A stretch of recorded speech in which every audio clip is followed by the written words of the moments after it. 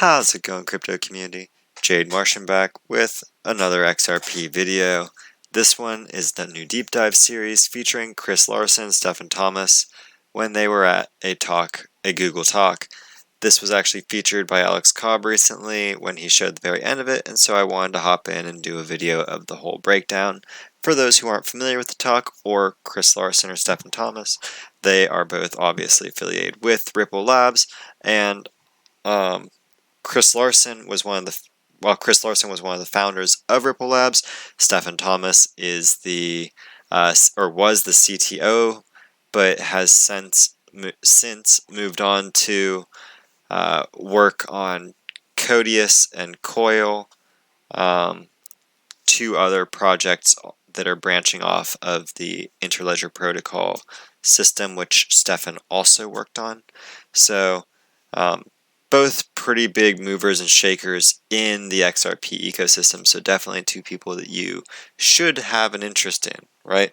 Now, real quick, once again, if you enjoy this kind of content, be sure to hit that like so I know that you want more, and also, again, ring that bell so that you can be sure to follow this series as it develops. Because this series is hopefully going to be 10-minute segments from now on, I'm also going to be releasing at least 2 clips per day as opposed to the 1. So, without any further ado, let's jump into it. So, can you guys just give us kind of a brief bio in your own words, your career and how you came to found Ripple Labs and then get involved? Great, happy to. And first of all, thanks for having us. And thanks for not making a Bart Simpson joke. Appreciate that. Yeah, as you mentioned, we've been in fintech for about 20 years now, with kind of 2 startups previously, Elon and Prosper. Kind of the common thread there, those were focused on the consumer.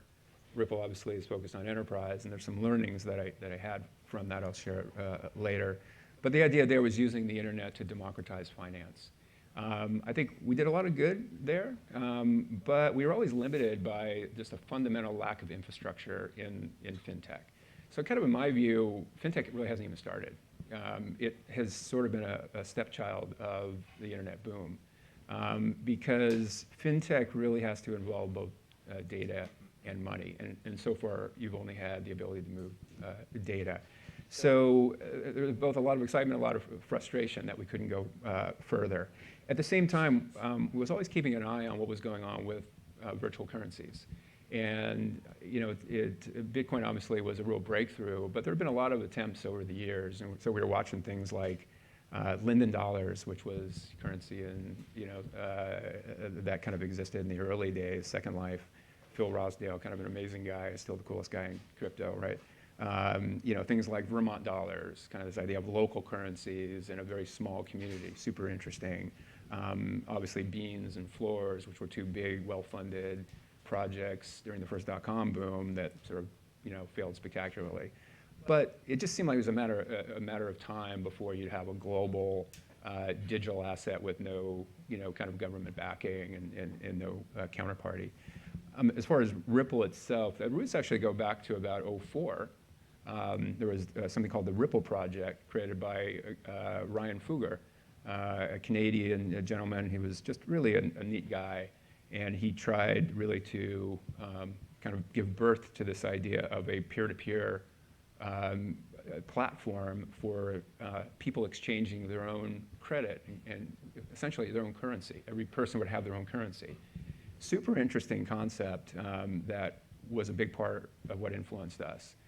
Kind of fast forward to 2011, and there was these 3 geniuses that got together, Arthur Bretto, Jed McCaleb, and David Schwartz.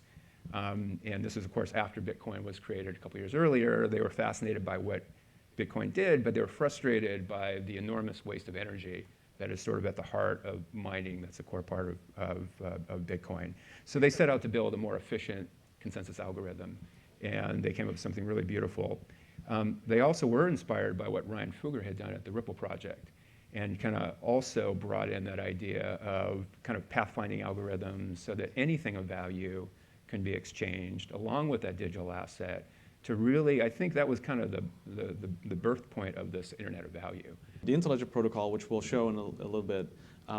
So before Stefan hops in there, let's kind of summarize what Chris went over there, right? Like, aside from just his background sharing how the Ripple ledger actually like kind of emerged from, first off, it was the idea that of the decentralized exchange built into a decentralized currency like what RippleNet is, was conceptualized by Ryan Fugger, this genius back in 2004 who had this idea that was ultimately capitalized on by, again, Jeb McCaleb, Arthur Brito, and David Schwartz, right?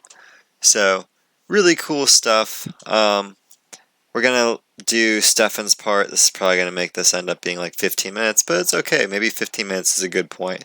That way, everybody gets kind of a pretty decent clip, and only about 5 minutes goes away. So that works for me, right?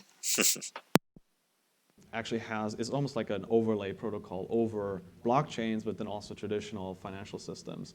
And that allows you to innovate in different parts of the network independently instead of having this sort of central governance model where everyone has to agree to any rule changes that are happening. Yeah, I think this is like a critical point. I think we came to the realization that a blockchain was not going to be the solution to the biggest problem we think the world has right now in this whole fintech area, which is there is no internet of value. And why blockchain, and a lot of people talk about Bitcoin's going to be a new protocol for money. Well, it's really a database, right? So a single database or a single network cannot be the network of networks. And so that was kind of the big flaw, and that's what led to, I think, Stefan having this kind of aha moment of the need for something like ILP, which was a dangerous moment for. It was scary at first. Yeah. It was like we were out there promoting this asset like XRP, like telling everyone, hey, you should put all your balances on this ledger. You should do all your transactions through this one system.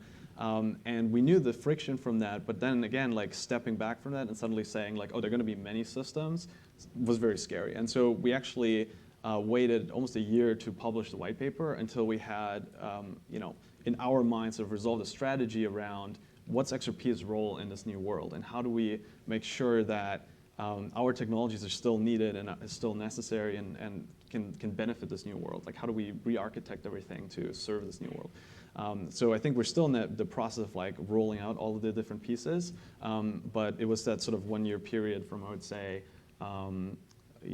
mid 2014 when we first had that realization to October 2015 when the white paper for Interledger came out, where we tried to kind of put all the pieces in place for it in our heads. Because remember, Ripple always.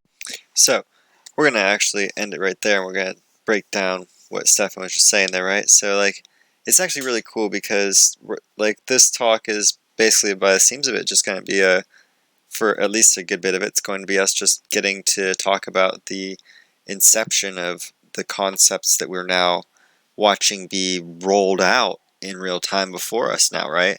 The Interledger protocol, how it was conceptualized and put into the white paper up before was made public in 2015, and the idea that they wanted to ensure that when they developed this system, this Interledger protocol system, that somehow they could keep XRP as relevant within that as possible, right? So the idea is that the Interledger protocol is structured around XRP's ledger. And thankfully, because of how the XRP ledger is built and how unique it is in and of itself, that actually makes it more of a challenge for another digital asset to try and come in and push XRP out of the center of that equation, right?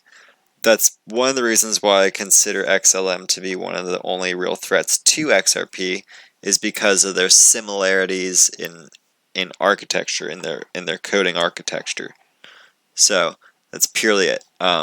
Anyways, this was a fun little talk, but again, I want to keep this series short, so this is going to be probably close to a 8-part series, maybe even a 9-part series. We'll see how long it goes, but at any rate, if you don't like the shorter stamps on these ones, please let me know in the comments. If you enjoy it, please also let me know in the comments.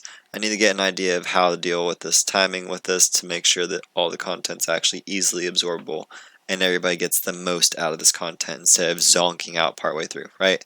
I want everybody to be learning, not just listening out of boredom. So, I hope to, as always, thank you for tuning in to meet Jade, the XRP Martian, bringing you the Martian Report. As always, I can't wait to see all of you, my XRP Martians, on Mars. Real quick though, if you're not one of my XRP Martians, all you gotta do to join the club is hit that subscribe button.